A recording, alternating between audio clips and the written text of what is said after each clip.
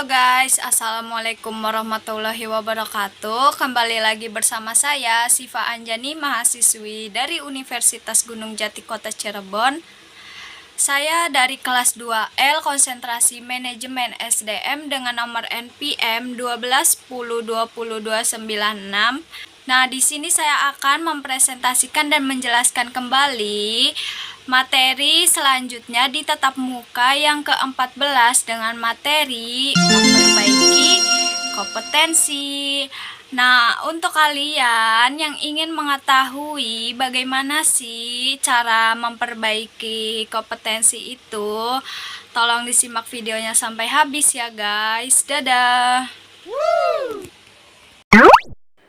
Menurut konsep dan sejarah kompetensi, yaitu memiliki jenis dan kategori kompetensinya.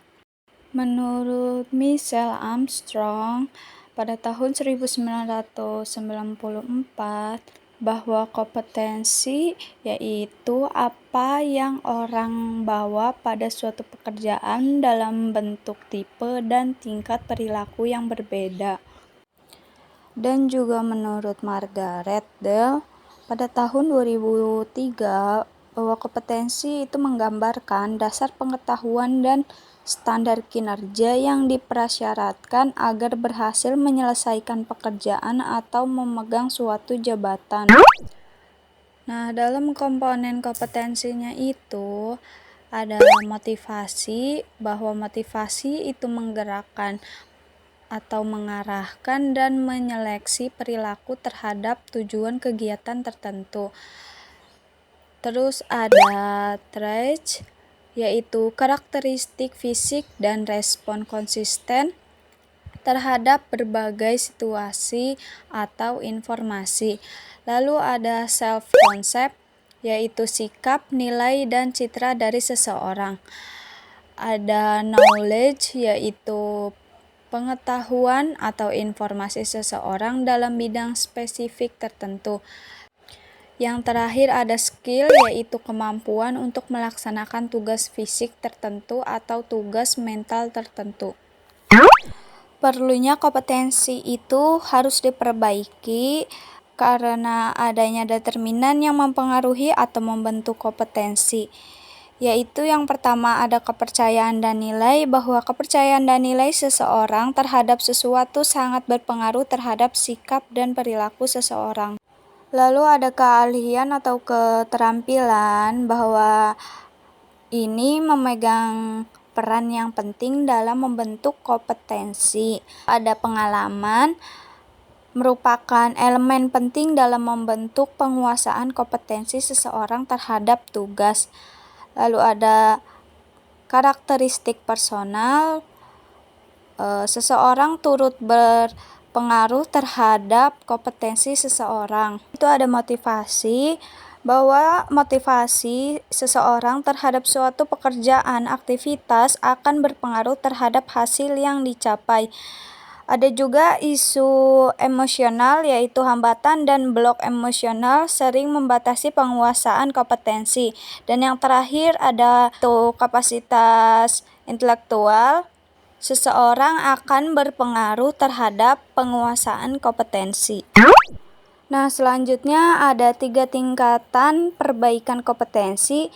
Dalam tingkat yang mudah diperbaiki ini, untuk mengembangkan orang lain, efisiensi produk, kerja tim, keahlian teknis, orientasi pelayanan, dan juga mengelola kinerja. Di tingkat yang kedua, agak sulit diperbaiki itu dalam orientasi hasil, kualitas keputusan, pengaruh, penyelesaian konflik, pemikiran analisis kecerdasan organisasional. Nah, tingkat yang terakhir ini sulit diperbaiki dalam inisiatif, inovasi, integrasi, dan kejujuran, pengelolaan tekanan, kejiwaan, pemikiran konseptualisasi, dan juga fleksibel. Nah, dalam metode penelitian kompetensi juga sangat alternatif untuk desain kompetensinya. Yang pertama ada desain studi terbaik atau klasik dengan menggunakan sampel. Yang kedua ada desain studi pendek dengan panel ahli. Yang terakhir ada studi terhadap pemegang jabatan dan pekerjaan di masa depan. Untuk rancangan studi, menurut Spencer itu rancangan studi terbaik model kompetensi dengan menggunakan sampel yang terdiri dari 6 tahap. Nah, tahap yang pertama itu menetapkan kriteria kinerja efektif. Tahap kedua ada mengidentifikasi kriteria sampel. Tahap yang ketiga ada mengumpulkan data. Tahap keempat yaitu analisis data dan pengembangan model kompetensi. Tahap yang kelima ada validasi model kompetensi. Yang terakhir itu ada mempersiapkan penerapan model kompetensi. Nah, ada juga tahap mendefinisikan model kompetensi itu. Satu, menjelaskan kriteria kinerjanya. Yang kedua, mengidentifikasi orang-orang untuk sampel kriteria. Yang ketiga, ada mengumpulkan data melalui BEI atau metode lain. Yang keempat, ada menganalisis data dan mengidentifikasi kompetensinya.